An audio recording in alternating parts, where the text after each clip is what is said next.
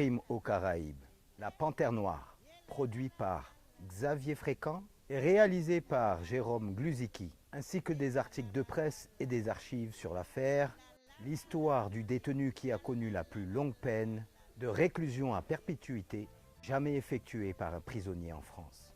Nous allons tenter de comprendre comment l'acharnement envers Pierre-Juste Marny s'est transformé en une gronde populaire, assoiffée de justice, car cela a commencé et cela finira en drame humain, sans que le fin mot de l'histoire ne réponde à son énigmatique phrase, signée d'un numéro d'écrou la veille de sa disparition.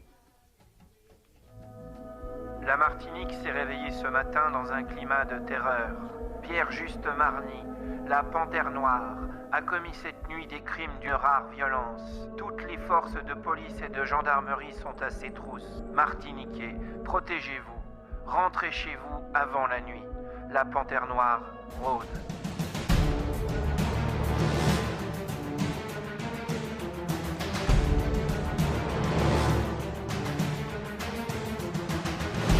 L'affaire Marny, c'est une affaire qui a beaucoup marqué la Martinique. On ne peut pas ouvrir un journal télévisé sans en parler. C'est une très étrange affaire. Je ne connaîtrai le secret que dans l'autre monde.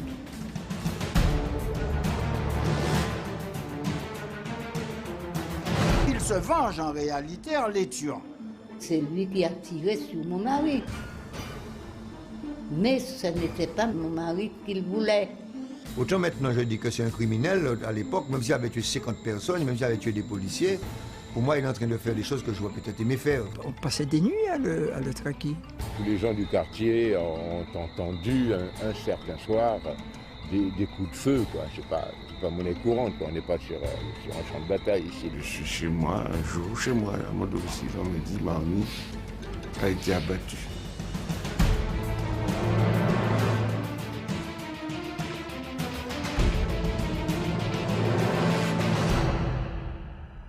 Et puis quand on a su qu'il a pris perpète, de mémoire, je crois que là, tout le monde a été soufflé, quoi.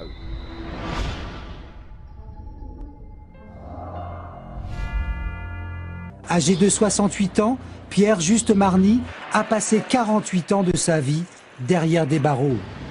Issu d'une famille pauvre, il est condamné en 1963 à 2 ans de prison. Il a à peine 20 ans. Dès sa sortie, il ne pense qu'à se venger de ses complices qui l'ont trahi.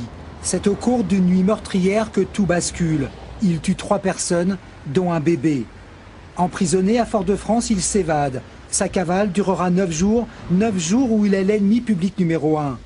Lors de son arrestation par les gendarmes, il est blessé par balle. Il devient un symbole pour les Martiniquais. Marny est né en 1943 à Fort-de-France. Il est le second enfant d'une famille de 5. L'histoire de Marny reste encore assez mystérieuse. Il est aujourd'hui le plus vieux prisonnier de France et peut-être même de monde. Le comité Libéré Marny ne ménage pas ses efforts. Il tente d'obtenir le maximum de signatures à travers une pétition, mais aussi en lançant un appel à la solidarité martiniquaise. Cette semaine, la Cour d'appel de Fort-de-France s'est opposée à la venue d'experts en Martinique pour l'examen du plus ancien détenu de France. Le comité de soutien a organisé une marche silencieuse à travers les rues foyalaises pour mobiliser encore la population. Marny a dû déjà payer pour la société. Il a payé pour ce qu'il a fait. 45 ans, c'est vraiment trop long.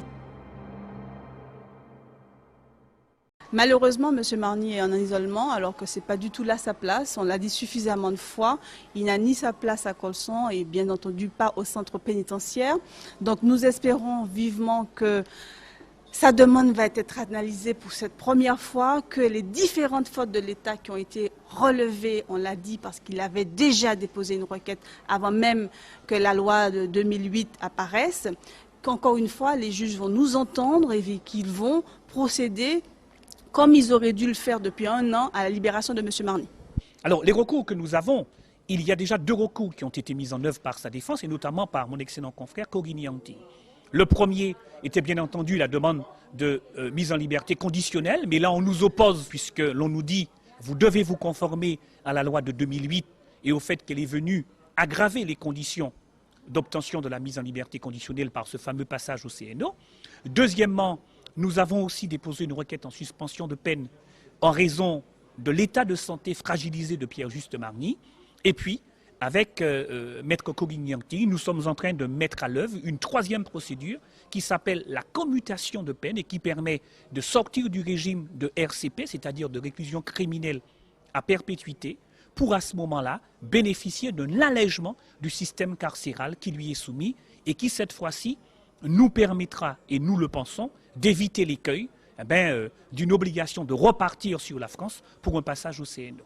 Dans tous les cas, aujourd'hui, nous estimons que la détention de cet homme est largement suffisante et que toutes les bonnes raisons, entre guillemets, que l'on tente de nous opposer ne résistent pas à un examen sérieux, puisque vous savez bien que quand la justice passe et qu'elle condamne, il y a certes un côté punition et sanction dans la condamnation, mais il y a nécessairement une part de réinsertion qu'il appartient à l'administration pénitentiaire et à l'État d'organiser. Et de ce point de vue-là, le constat est désopilant, il est même désarmant. Rien n'a été fait pour permettre une véritable réinsertion de Pierre-Juste Marny et qu'aujourd'hui il puisse sortir. Donc nous avons un client qui pousse un cri qui est simple, la liberté, rien que la liberté et toute la liberté.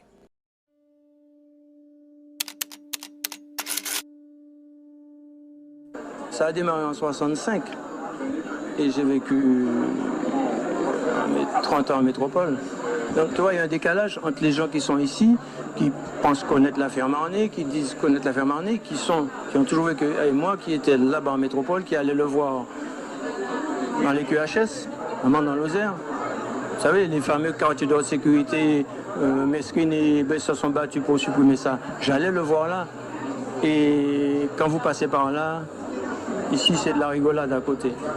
Ah ouais. Donc il y a des choses, les gens ne savent pas.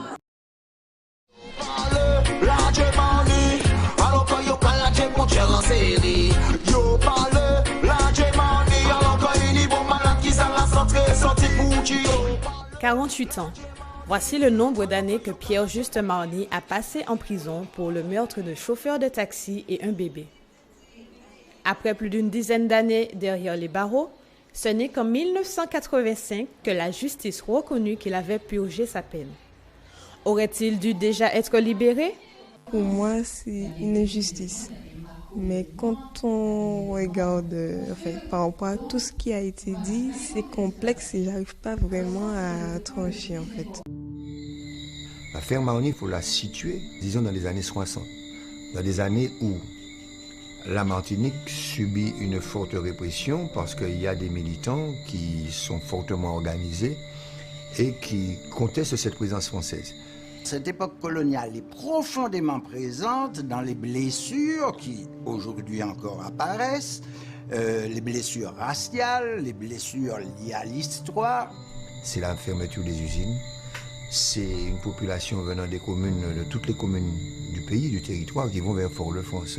Mais Fort-de-France n'a pas les capacités d'accueillir, avec des services sociaux, c'est petit à petit que la municipalité essaie d'intégrer les populations qui s'accrochent à elle.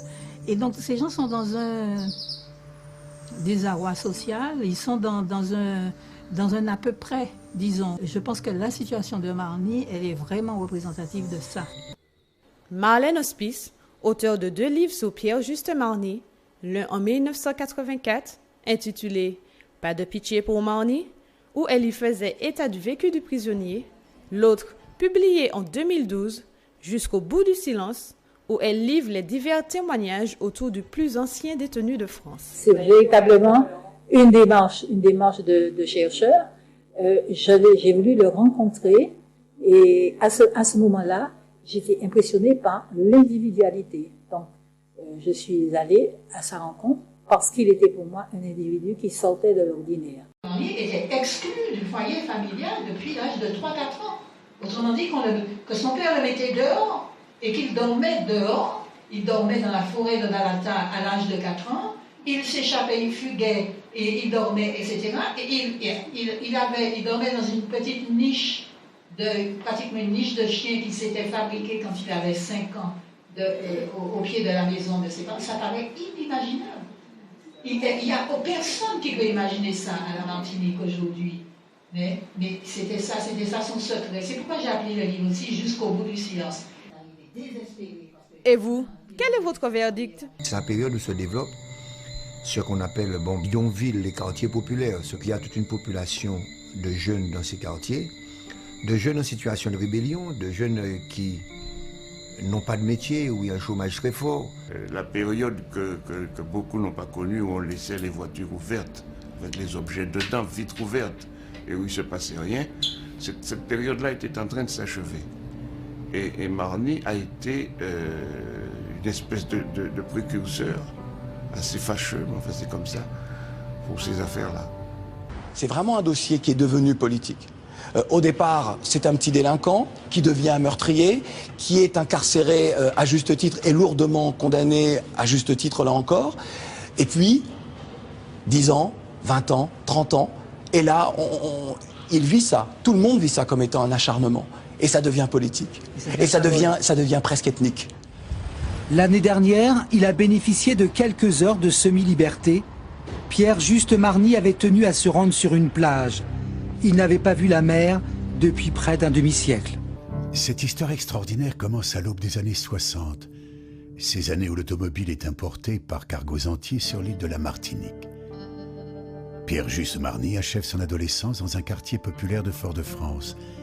Il est élevé avec ses frères et sœurs dans des conditions extrêmement modestes. Pierre-Juste n'est pas allé au-delà de la classe de primaire. Il quitte l'école très tôt et passe sa vie de jeune homme à faire des petits boulots et à pratiquer son activité favorite, la pêche sous-marine. Toutes les étagères de la petite garçonnière qu'il occupait près de la maison familiale regorgent de cannes à pêche, de masques de plongée et autres précieux objets, indispensables si l'on veut obtenir un butin digne d'un grand pêcheur. Mais Pierre-Juste Marny ne trouve pas son compte dans cette vie de sauvageon. Les magasins de Fort-de-France ouvrent les uns après les autres. Une nouvelle distraction occupe alors les esprits des jeunes Martiniquais, la mode. Pierre-Juste Marny rêve d'élégance. Il veut devenir quelqu'un, mais il doit surmonter un obstacle de taille. Ses poches sont vides. Sans argent, ce tout jeune homme fort, intrépide et déterminé, se distingue alors par le trafic de pièces de voiture. Il travaille pour le compte d'une petite bande organisée qui a fait de lui le complice idéal, autant de par sa force que par sa détermination. Pierre-Juste Marny découvre l'argent facile. Avec ses complices, il vole des pneus, des pièces de voiture. Mais très rapidement, la bande Guerre Prudente est arrêtée au début de l'année 1963. Pierre-Juste Marny va alors passer un contrat avec ses complices, un contrat qui le conduira droit en enfer. La vie de celui qui allait devenir l'ennemi public numéro 1 bascule le 2 septembre 65. Condamné 2 ans plus tôt pour des vols de pièces de voiture, le jeune Marny, 22 ans, profite d'une permission pour demander des comptes à ses anciens complices. Armé d'un fusil, il se rend à Schœlcher et commence à semer les morts et les blessés, souvent des proches de ceux qu'il cherche réellement, victimes collatérales de sa soif de vengeance. 3 personnes sont tuées, dont un enfant de 2 ans et demi, fils de l'un de ses complices présumés. Le quotidien France-Antilles, lancé 1 an auparavant, suit la cavale de Marny au jour le jour. Avec Marny, c'était un quotidien. On s'arrachait le journal pour ça. Et on écoutait la radio également pour en avoir un peu plus. Quand il a arrêté, lui, il a accepté de prendre pour tout le monde. Donc, si vous voulez, on est un petit peu sur un registre d'homme d'honneur. Il accepte de payer pour les autres. Quasiment tout le monde a été condamné à sursis et lui a été foutu en tôle. Voilà le premier problème de Marny. Bien entendu, il espère à la sortie que les autres vont lui restituer son dû. Et quand il sort, les choses ne se passent pas comme il l'aurait souhaité. Le matin du 27 septembre 1965, Pierre-Juste Marny somme une dernière fois ses anciens complices de le payer, mais en vain. À 19h, il prend un taxi qui l'amène à proximité de la Pointe des Nègres, blesse le chauffeur et s'empare du véhicule pour se rendre à la maison familiale de son ancien complice. C'est précisément ce soir-là, pour la première fois, que Pierre-Juste Marny va revêtir sa parure de fauve. Marny débarque. Il ne fait ni une ni deux. À travers les jalousies, il tire. La dame propriétaire de la villa, s'enfuit. Elle s'engouffre dans le couloir. Et vous connaissez l'architecture à la Martinique de ces maisons basses. Sur le couloir s'ouvrent des pièces. Et il tire dans chaque pièce. Je n'ai rien vu, on a entendu les coups de feu, mais j'ai eu l'impression qu'au premier coup de feu, j'ai été blessée. Chaque fois que je respirais, il y avait un jet de sang qui sortait parce que j'étais atteint au poumon et au foie. Finalement, je me suis assise à terre. Et au moment où j'étais assise à terre, j'ai mon fils qui est venu en pleurant vers moi. Et quand il est venu, je l'ai pris, je l'ai mis entre mes jambes. Et nous sommes restés assis longtemps jusqu'à ce que les secours arrivent.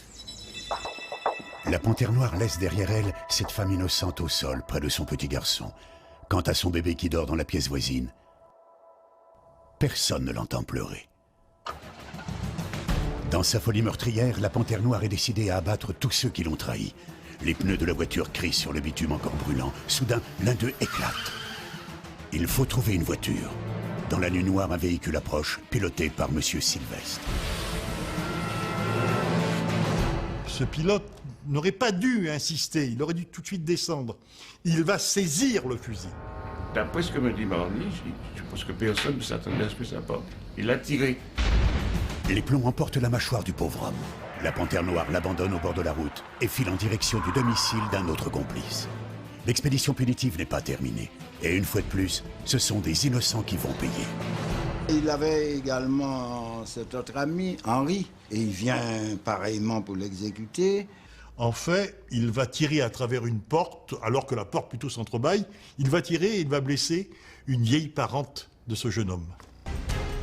Pendant 6 jours, tous les gendarmes et policiers de l'île sont à ses trousses. On a vu Marny à Schellcher, au Lamentin, au Marin, jusqu'à son interpellation à la faveur d'un accident de voiture le 8 septembre sur la route de Redoute à Fort-de-France. Le feuilleton a tenu la population en haleine. La foule se rassemble près du commissariat. Pierre-Juste Marny en profite pour transmettre un message aux journalistes. Une lettre dans laquelle il explique ce qui a motivé son action. Un courrier signé du surnom qu'il s'est choisi, la Panthère Noire. Jeudi 21 octobre 1965. La nuit tombe sur Fort-de-France. Un lycéen de 17 ans sort du bus qui le ramène des cours pour rentrer chez lui, dans le quartier de Sainte-Thérèse. Au moment où je m'apprête à rentrer dans la ruelle qui mène à chez mes parents, j'entends les coups de feu et je vois un petit mouvement de foule et une sorte de masse, je dirais, accroupie au pied d'un poteau. Et j'entends, il tire dans les Marny. Pierre-Juste Marny vient de s'écrouler sous les tirs des gendarmes. Ayant pris 3 balles, il est transporté dans un état très sérieux à l'hôpital Clarac. La fin de la cavale et d'une aventure qui a tenu toute la Martinique en haleine pendant près de 2 mois. Il ne restera pas bien longtemps sous les verrous du 118 rue Victor Sévère. Le 10 octobre, moins d'1 mois après son arrestation, il parvient à se faire la belle et une nouvelle cavale commence. Mais une partie de l'opinion a déjà pris fait et cause pour celui qu'elle considère désormais comme un héros du peuple. Marny représentait par ailleurs un peu le Robin des Bois. Oui, c'est ça. Et ça, je crois que ça plaisait quand même à un certain nombre de personnes. Il y avait dans le quartier un seul téléviseur. Et nous avons eu l'occasion de voir Marny jeter un œil aussi sur cet écran, alors qu'il était recherché par toutes les forces de gendarmerie de l'île. C'est un petit moment et puis repartir. Mais à aucun moment, oui, tous les gars mais savaient que c'était Marny, mais à aucun moment, il ne serait venu à l'esprit d'un des jeunes d'aller dénoncer Marny. Cette seconde chasse à l'homme va durer 11 jours jusqu'à ce qu'un gardien de prison donne l'alerte le 21 octobre après avoir reconnu le fugitif devant une épicerie de Sainte-Thérèse, ce quartier populaire de Fort-de-France dans lequel il a ses habitudes. Son interpellation plus que musclée entraîne un véritable soulèvement populaire. Ils ont commencé à tirer un peu partout toutes sortes de choses, des cailloux, des boulons, des objets volants non identifiés. Ils balancent des grenades lacrymogènes, les gens voient des pierres, et ça a duré toute la nuit.